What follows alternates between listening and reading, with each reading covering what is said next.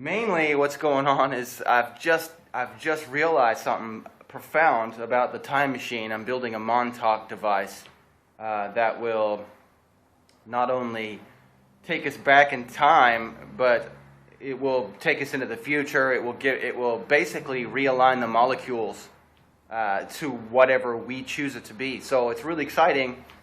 I'm on the verge of it right now. I just got the newest ideas last night. I stayed up all night watching YouTube videos and researching the internet about different devices that I could use to create this Montauk device.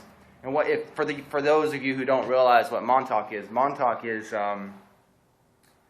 it's not a chair, it's a state of mind, but you could call it a chair, a place that you go, a state of mind.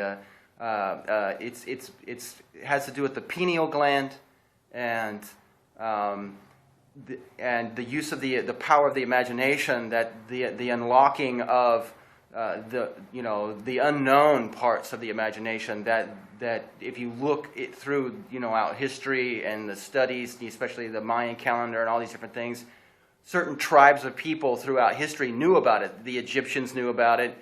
That through this state of mind, by releasing, by accessing this part of the brain, you can not only go forwards and backwards in time, but you can also change dimensions. You can change the world around you. It's like suddenly everything is the way that you are creating it at that moment. And it's a really powerful, very dangerous place to be, because some people have destructive thoughts. And if you're thinking destructive things, well, you're going to hurt yourself and other people when you go there. So that's why it's kind of been outlawed. It's also suppressed knowledge and information, because the government, they don't want you to know this stuff just because it's a danger to yourself. You might hurt yourself. It's just like, outlawing guns is actually kind of a good idea, because most people will get killed by their own gun just fucking around. I met a guy who had his girlfriend accidentally pulled the trigger and blew his leg off with a shotgun.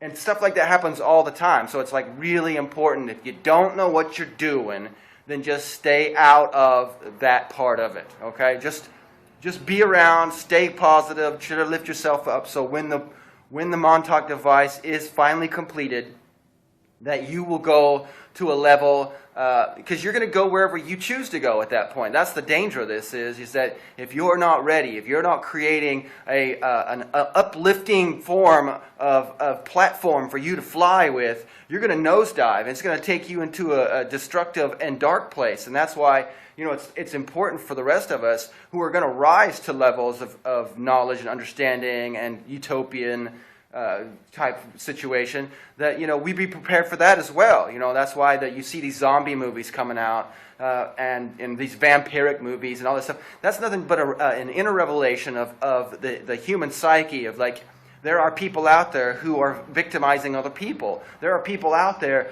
who are on antidepressants, and they're suppressing their own emotions. They're not expressing themselves correctly or truly in the moment, and so they have lost a part of themselves, and in a way they're truly zombies. And so it's really important for those of us who are learning and basically training ourselves to release that inner self, to be who we are at every moment.